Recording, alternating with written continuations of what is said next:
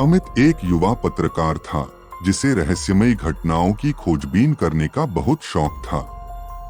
एक दिन उसे खबर मिली कि शहर के पास के एक पुराने जंगल में कई लोग गायब हो चुके हैं। उसने तय किया कि वह इस घटना की सच्चाई का पता लगाएगा। अमित अपने कैमरे और नोटबुक के साथ जंगल की ओर निकल पड़ा। गांव वालों ने उसे रोका और कहा, उस जंगल में मत जाओ, वहाँ एक आत्मा का साया है। जो भी गया वह वापस नहीं आया। लेकिन अमित ने उनकी बातों को नजरअंदाज कर दिया।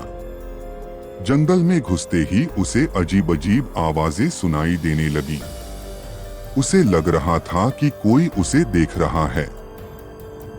वह आगे बढ़ता गया, लेकिन रास्ता और गहरा होता जा रहा था।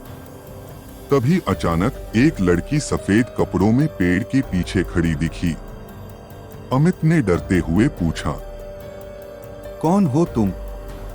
लड़की ने धीरे से जवाब दिया। मुझे मदद चाहिए। उसकी आवाज ठंडी और रहस्यमयी थी। अमित ने हिम्मत जुटाई और आगे बढ़ा, लेकिन जब उसने लड़की के चेहरे को गौर से देखा तो उसकी रूह कांप गई। लड़की की आंखें खाली थी और उसका चेहरा विकृत हो चुका था।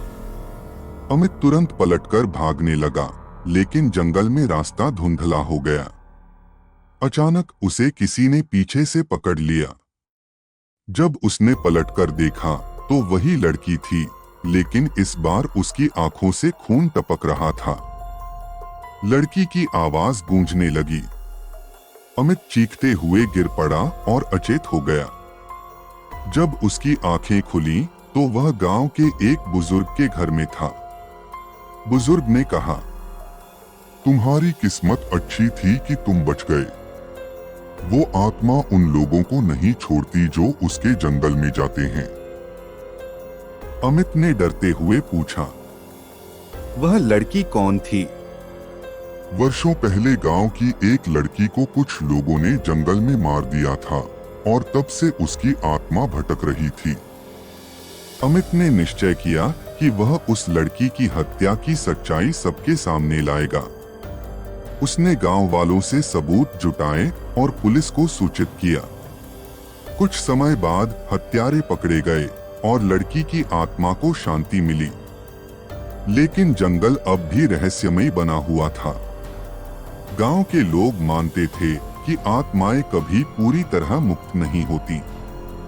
कभी भी किसी की हत्या या अन्याय को छुपाने की कोशिश मत करो, क्योंकि सच कभी न कभी सामने आ ही जाता है।